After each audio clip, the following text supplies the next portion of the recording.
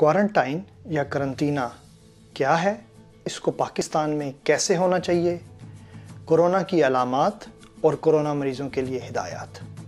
बिस्मिल्लाहिर्रहमानिर्रहीम। इब्न सीना 11वीं सदी ईस्वी के एक अजीम मुसलमान डॉक्टर गुजरे हैं। उन्होंने इस बात का पता लगाया कि जरासीम के ज़रिए से बीमारियां एक शख्स से दूसरे शख्स में मुंतकिल हो सकती हैं। उस वक़्त ऐसे बीमारों को 40 दिन के लिए दूसरों से अलग कर लिया जाता था।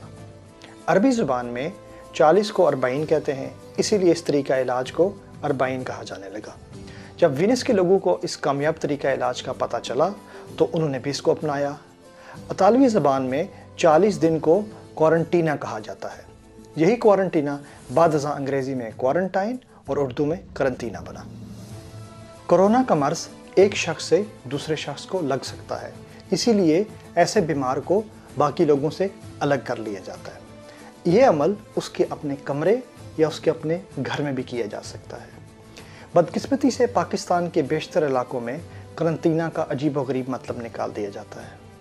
जिस शख्स के बारे में शुबा हो कि इसे कोरोना का मर्ज हो सकता है, उस शख्स को दिन हो या रात फ़ौरन चोरों, डाकों और दहशतगर्दों की तरह पुलिस या फ़ौज के हाथों उठवाया या अगवा कर लिया जाता है और करंटीना सेंटर में बंद कर दिया जाता है।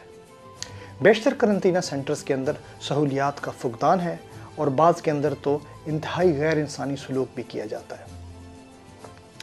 ऐसे कैदियों को ना किसी से मिलने दिया जाता है और ना ही उनकी ज़मानत हो सकती है।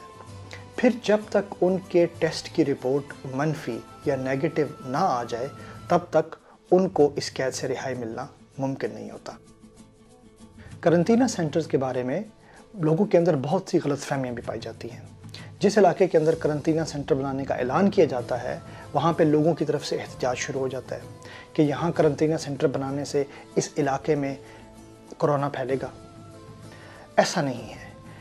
कोरोना आपस में मेल जोल और एक दूसरे के करीब आने से फैलता है। ये कोई ऐसी चीज़ नहीं है जो एक बिल्डिंग से निकलकर दूसरी बिल्डिंग के अंदर चली जाएगी। गोया करंटीना सेंटर ना हुआ, कोई बम नस्ब किया जा रहा हो।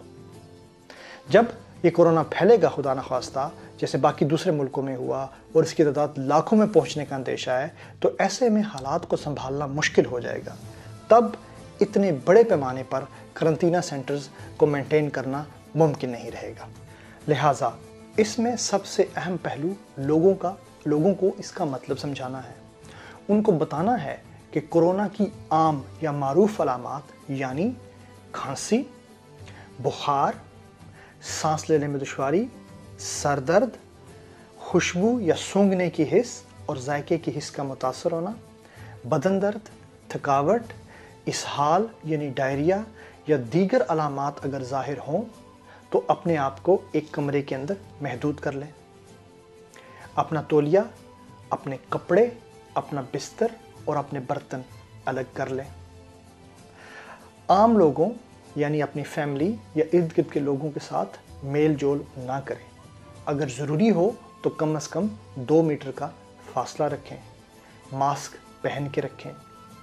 अगर कोई शख्स इस बीमार की किसी चीज़ को छू ले तो फ़ौरन अपने हाथों को साबुन से अच्छे तरीके से धोए।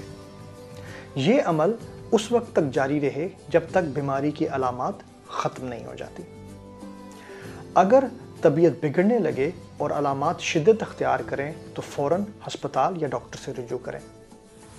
कोरोना की बीमारी के 80% मरीज़ मामूली अलामात के साथ 1 या 2 हफ्ते के अंदर बिल्कुल ठीक हो जाते हैं। 20% लोग ऐसे होते हैं तकरीबन जिनकी बीमारी में इजाफा होता है और उन्हें हस्पताल में इलाज करवाने की ज़रूरत पेश आ सकती है। जबकि बदकिस्मती से तकरीबन 5% लोग ऐसे हैं जो अल्लाह को प्यारे हो जाते हैं। हुकूमत अपने करंटीना पॉलिसी की वजह से लोगों के अंदर खौफ व हरास फैलाकर बीमारी को रोकने की बजाय उसको फैलाने का रास्ता खोल रही है। लिहाजा मेरी हुकूमत से गुजारिश है कि इस करंटीना पागलपन को छोड़कर सेल्फ आइसोलेशन या अपने आप को अलहदा करने की तरफ तवज्जो दी जाए और लोगों को उसका मतलब समझाया जाए, ताकि सरकारी, गैर सरकारी तंजीमें और मुखय्यर हज़रात अपनी तवज्जो असल काम यानी बीमारों का इलाज اور ضرورت مندوں کی مالی معاونت کی طرف کر سکیں۔ بہت بہت شکریہ۔